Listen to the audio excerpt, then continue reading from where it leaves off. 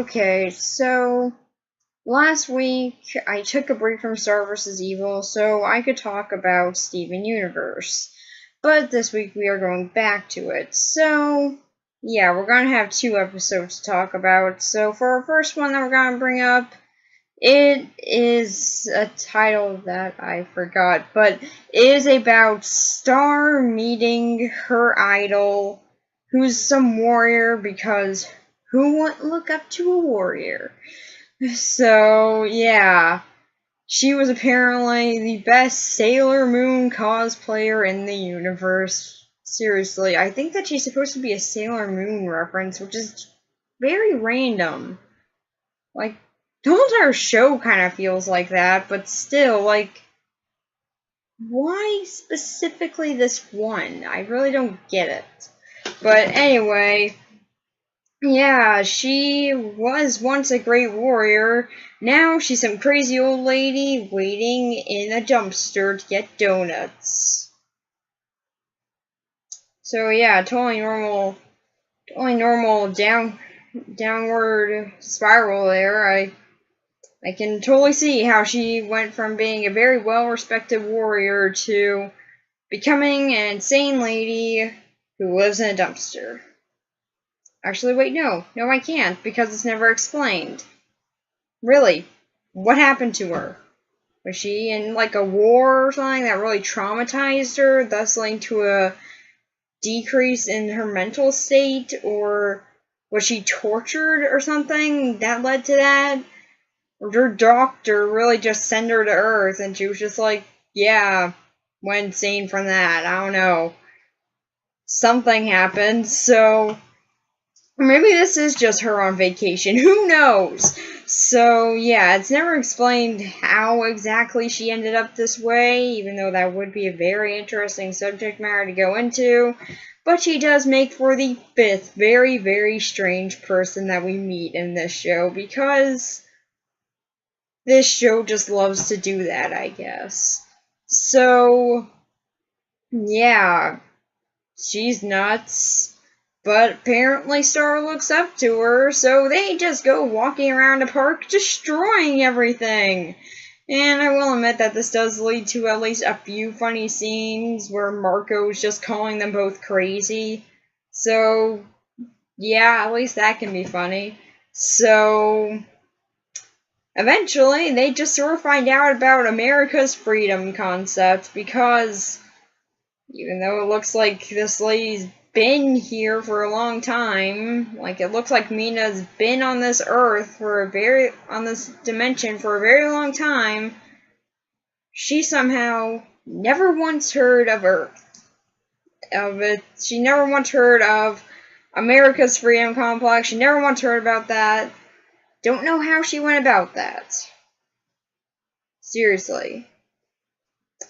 All this time you've been here and you never once heard about America being a free thing. Also, they're kind of wrong. Like, yeah, we're free, but we're not entirely free. We do still have someone who's in charge of making the rules. That's a president. We still have rules we follow. We still have the government we had to work for. No? Okay, freedom. Freedom's what you guys just wanna say is the only thing that we got? Okay. Alright. Guess I'm the idiot for suggesting that. So, yeah.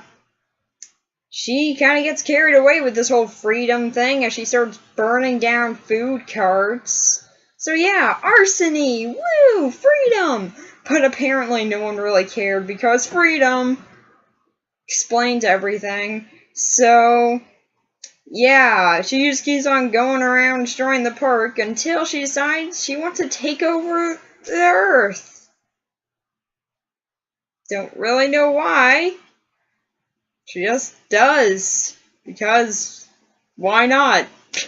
So, yeah, then the cops come in. Kind of surprised it took them this long to respond to this. I mean, seriously, someone's been destroying the park all day. She's been terrorizing children. She's been destroying things. She's been trespassing on property. And, like, no one's supposed to go into those mud pits, but she did.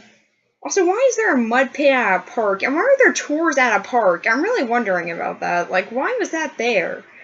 Like, is it a park slash national place? Like, is it a national park or something? Like, I don't get it. Like, why were there tours there? And why was it about mud? And why was there that weird kid who loved mud? What was with that? She doesn't appear again. She's just there for like 1 second, and that's it. It's just so weird. But, yeah, Mia decides that she's going to try and take over Earth. But one guy's not for that, so they decide to have a vote about it. For some odd reason, it's split 50-50. Why does 6 people vote yes? I really don't get that. Even the guy who was all about America and freedom voted yes for being under rule. Why? Okay, but yeah, they all got a vote now, and Sarah's the only one who can be a tiebreaker, so she's not sure as to what to do, but eventually she does decide that the best option would just be saying no.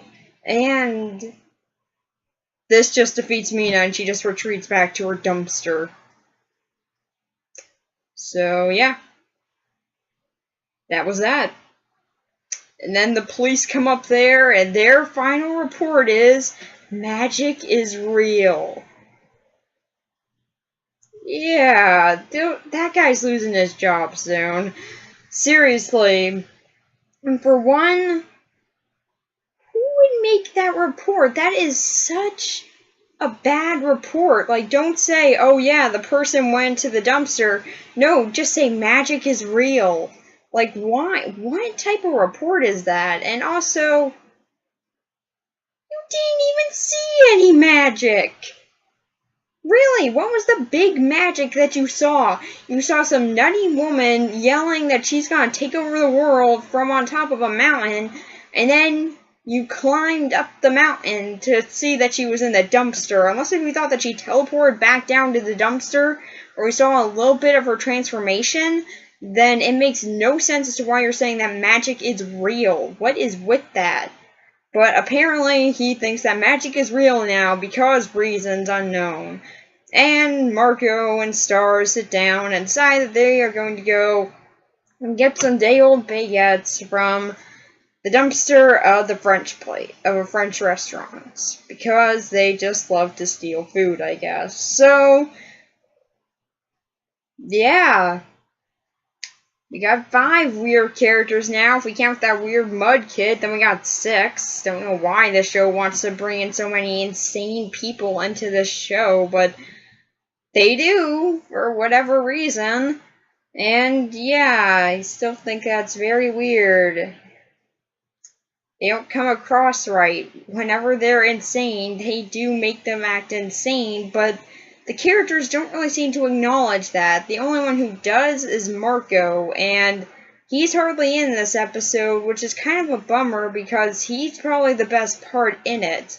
He does actually get some funny lines, particularly when he's talking to some lady at the playground. That's mainly the funny moment.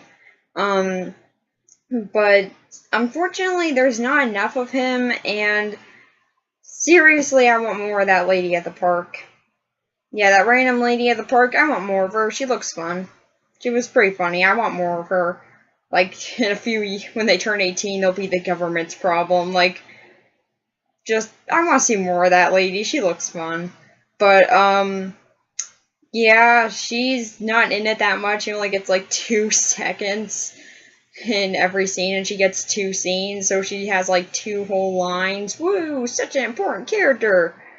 But outside of that, there's nothing really that great about this episode. Mina is very insane, but no one seems to acknowledge it outside of Marco and that lady at the park bench. So yeah, I really do wish that was addressed more as to how she is insane. I also do wish that we got to see how she ended up that way, because at one time she was a well-respected warrior, and the best one there was on Muni, so I really do want to know what happened to her exactly. but it's never explained. I guess it's supposed to be up to your interpretation, but still, I have a lot of ideas as to how this could have went down, and I kind of want a concrete answer here. But, I don't know, maybe they'll expand on her at one point. I don't know, they might, but it's kind of unlikely, but who knows, it could happen. So, yeah, after that one, we then have Star and Marco are going on vacation, are going out camping, and Marco's parents are painting pictures of everything that happens, because they don't like to take slideshows like a normal person. They like to paint pictures because it takes up more time. Except for them, which it takes like 3 seconds. So, yeah. But they just want to film everything. So, yeah, I guess I won't argue with that. They have animation, so... Wait, is that like animation inside of animation? Huh, Animationception. Alright, so... Yeah, his parents are busy doing that important thing, so... Him and Star just sort of walk around for a bit. When all of a sudden... Star's dad is there. Don't know why he's there. He just is. Guess he had some sort of reason. I guess his dad's sense went off and noticed that his daughter was going out camping without him, so he had to be there for that. So, yeah. Now it's Marco, Star, and his dad, and Star's dad going out camping, and they continue to do that. Although, it seems like Star's dad has some mental issues as well. Seriously, there's honestly a moment where I thought that he was developing a split personality as he starts talking to himself like there's someone else there. What was with that? Can someone please explain? I really want to know what that was about. Like, I get that they're trying to imply that he's getting older and everything, and he's worried about seeing his daughter grow up, but still, that was such a weird way to go about it. Like, is he developing a split personality? I want to know. But, anyway, after that, they get brought in by the park ranger. Because why not? So... yeah, they're gonna go see Old Youthful, which, yeah, okay, kind of a funny name. And they find out that this is apparently going to be one of their last opportunities to see it, because it's apparently going to just dry up right after this one. How inconvenient. And they can't seem to get to it in time. So... Star's dad pretty much takes them running through it, and I will say that this is an awesome scene. The animation is sharp, the sort of survival technique that they imply with it, and sort of a coolness with her dad is really awesome to see, and I really do like watching it. It's a really awesome scene. And so, yeah, they're just trying to get to Old Youthful. They don't get there in time, bummer. And then it turns out that this park ranger was just a jerk and was lying. Apparently he just thought it would be funny, so... yeah. Then it apparently has rejuvenating powers, somehow. And Star's father is now young. Out of the womb young. Don't know why. And now his whole entire little midlife crisis thing is done. So, what do I think about this one? It's pretty boring. I'm like, okay, there are some parts that I did like. Like, seeing them going to Old Youthful is actually a really awesome scene. And again, I really do like how it's done. It's very well shot, and I do like the quick animation to it. But, yeah, it's kind of the best part of this episode, as the rest of it's taken at a rather slow pace, and you just kind of want them to get to Old Youthful already because, yeah, it just seems like there are a lot of needless interruptions to that. And Star's father thing, that, while being okay, I do wish it was done better and to more effect. And at the end, it just felt rather cliched, with Star just being like, no, you'll always be my dad, so you're fine. And then he's just like, yeah, okay. Guess I realized my error, my ways. So, yeah, it doesn't really go anywhere, and after this, it's pretty much tied up entirely, so, yeah, that's what happened there. Very, very important. So, yeah, outside of that, going to Old Youthful scene, nothing's really that important in it. Although I will say it is kind of important that the king is now younger physically, but still not really that important, and he didn't really look that old. Seriously, he doesn't look that old, so it's kind of a weird storyline to even try. But anyway, after that, we then have the episode where Star is now a babysitter for Buff Frog, or Shion. Yeah, I forgot his name. Like, they say his name in the episode, but I totally forgot it. Like, I wish I remembered his real name so I could call him by that, but you know what? The characters on the show don't remember it, so I don't need to either. So, I'm just gonna call him what everyone calls him, Buff Frog. So, yeah, what's he doing? He's apparently got a new job, and he needs Star to watch over his kids.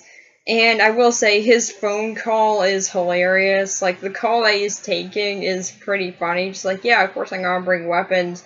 Oh, alright, fine, I'll bring the torture bag too. Like, I really want to know at this moment what they were doing. And I never found out. So, yeah.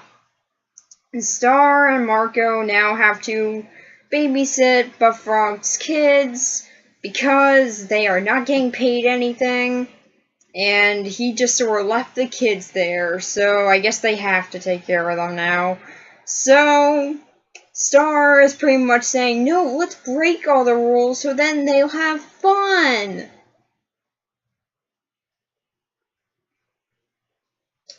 Rules are here for a reason, Star. They're meant to be followed. Just listen to them. It's really not that hard.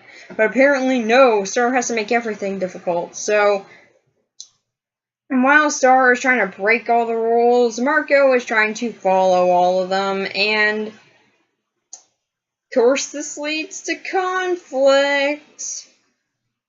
Well, actually, not between the characters. It just sort of leads to Star just being rude and ignoring everything that Marco says because she's a princess of Muni, I guess. So, yeah, she decides to give babies cake because that's a smart idea.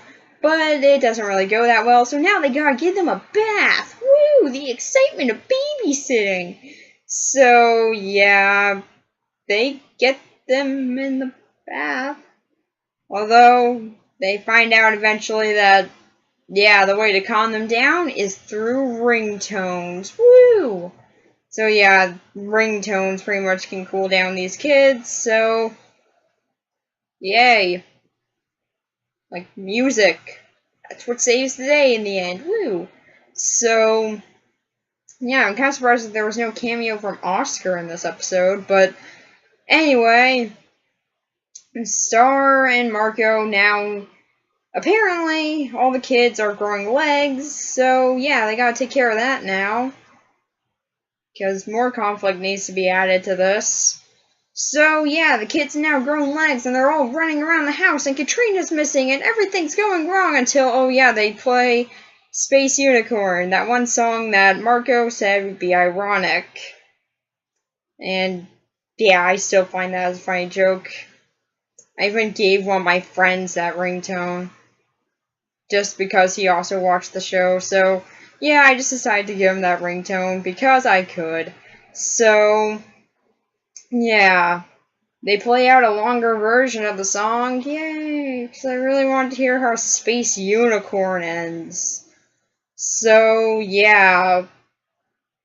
They're gonna go find Katrina by making these other little babies dance. Because that makes sense.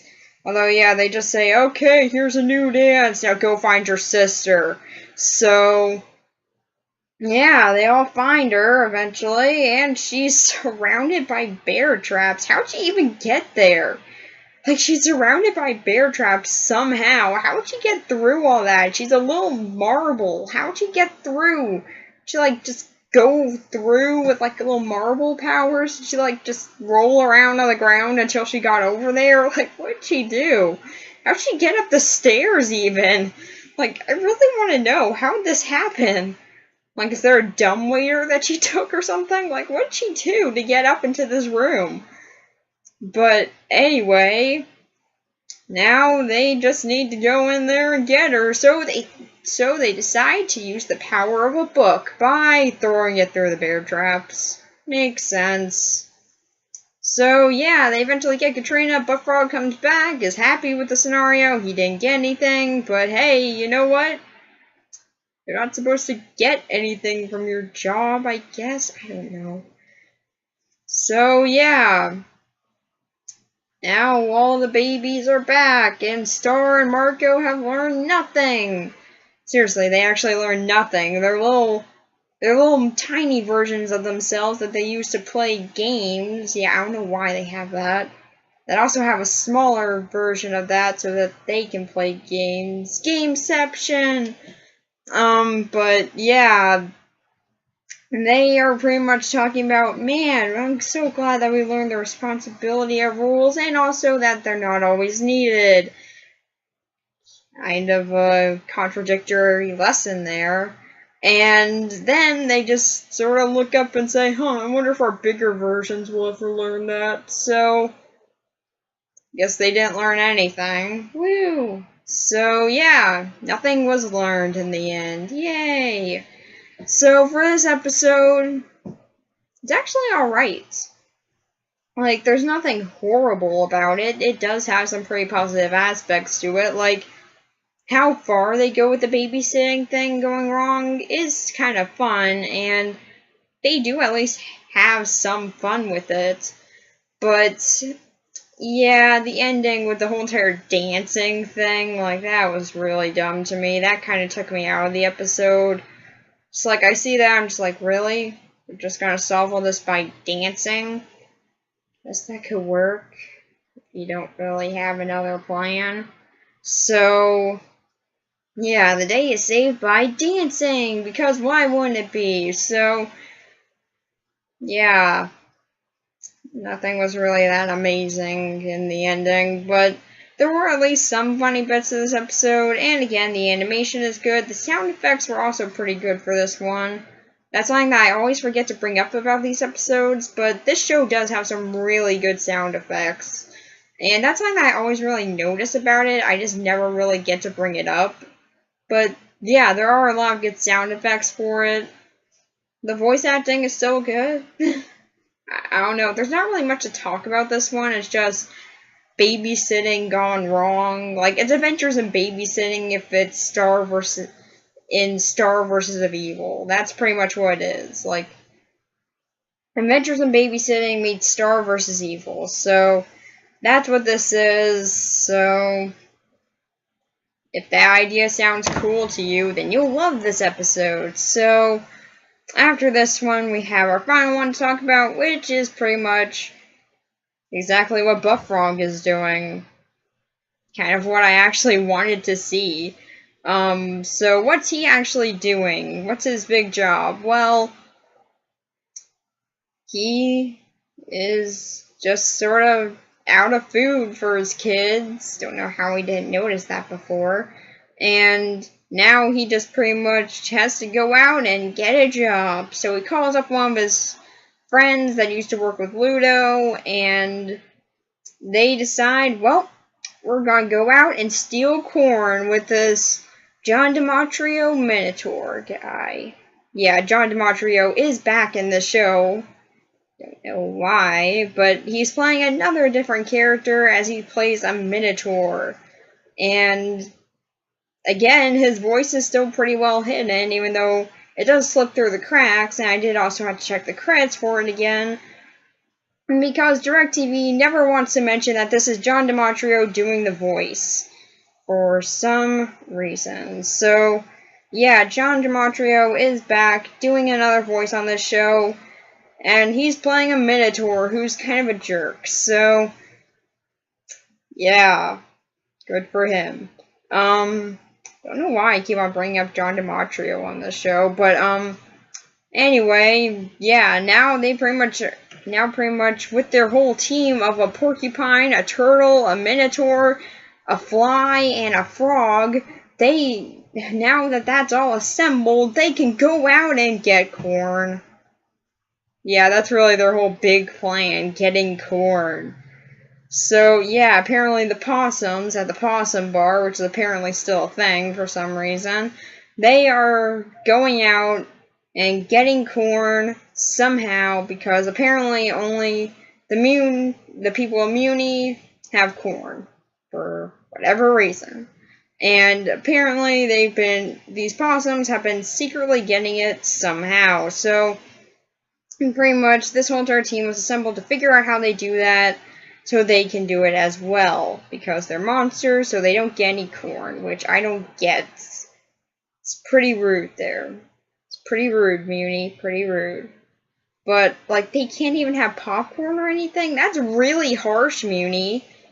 But, yeah, so Buff Frog is now going through and trying to get information about this out of this possum, but every time he tries, he keeps on getting these really weird flashes to his kids. Like, what is with that? Why is he getting flashbacks to his kids? Like, it's your job and it's your personal life. Separate the two, but, apparently Buff Frog can't do that, so, yeah, now they're just trying to get info out of this possum, which is kind of gonna backfire, seeing as possums can't talk unless if one of them can speak possum. But every time Buff Frog tries to do something, his parenting gets in the way for whatever reason. And I don't know why this is a thing, but yeah, it's happening. And it actually kind of leads positively, as they are able to get to where they find out where the supply route's coming from, and they're even able to track it back to the main source, which is apparently a cornfield on Muni, which has a breach in its barrier. A very small one at that. I wonder what they're going to use to get into this. Could it be Buff Frog's kids? No. Or at least not for this episode. So, yeah. Now they pretty much say, okay, Buff Frog, you've destroyed our plans one too many times, even though you're actually helping us get somewhere, as we were able to catch a possum, we were able to get it to trace it back to its supply route, and also able to find out where the supply route leads to, where it's coming from, and where the corn source is. But because you found all that, we're kicking you out, because we don't like your way of going about it. So, yeah, they cut him out of the team and tell him to just go home. And then they go find all the corn, they find the breach. So they are going to go in, but they're too big for it. And the King of Muni notices and immediately decides that he is going to shoot a cannonball at them that's on fire, so he can burn down the grass around his cornfield, because that was a very smart idea at the time. So, yeah, even after that, he just thinks, like, man, I made a mistake. So, yeah, nothing happened here, so, yeah.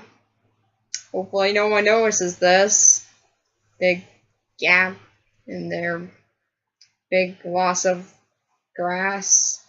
So, yeah, then Buff Frog comes back in because he's a good jumper, so he can get them out of this very, very unnaturally tall fire. And they get out. So then they're all thankful to him. John Gematrio, as a mentor, gets over his odd hatred towards Buff Frog. Yeah, and I know John Gematrio as a mentor has a name, like I think it's Mac or Mike or something, but yeah, I'm just gonna call him John Gematrio as a mentor. So yeah, now they didn't get any corn, but they do know that there's a breach in the force field, and also Buff Frog has kids who now have legs, so yeah, he can, make them go get the corn. So yeah, everything's working out fine, and then we find out that apparently Ludo is the one who's been hogging all this corn. He's been making the possums steal it for him, and this is supposed to be a sinister reveal, even though it was kind of obvious when the possums were the one taking all this corn. Like, at first you might have seen it as like, okay, it's like a smuggling thing or a drug thing, but then it turns out that it's just like a whole entire supply route, so I was kind of guessing at that point that it was Ludo. But apparently no, this is a very big reveal that we need to be shocked by. So, yeah. Turns out that Ludo is the one who's hogging all the corn for himself, because he's just a jerk that way. So, yeah, not gonna share any of that corn, that would just be nice. Although, granted, he is a villain, so I guess that explains it. So, yeah. I honestly thought this one would be better. Like, from what you see in the babysitting one, you would honestly think that he's gonna go out and like freaking torture someone. But then when we finally do get to see what he's doing, it's very, very underwhelming. I honestly thought there would be more, like it'd be darker and everything. Like he would be kidnapping people and he'd be torturing someone or something. Now that I say that out loud, yeah, I can see why they didn't include that, but still, it would have been kind of cool to see, or at least see what they could get away with, but it's very, very heavily childish, like, oh yeah, he keeps on saying his kids and everything, like, I don't know why he's doing that. Guess that he has some weird issues that he needs to work through, I don't know, but very strange, the very strange thing that's going on with him. But apparently it works out in their favor, so I guess I shouldn't question it. And I will at least say, though, that Buff Frog is a likable character, and he's probably the most likable out of all the monsters, so I do like seeing him. I just wish that he was a bit more evil. Like, he's still a monster. I really do wish that he was a bit more evil with that, but outside of that, I guess he's fine. Like, this episode, all in all, was mediocre. Very, very extremely mediocre. So, yeah, these episodes were incredibly okay.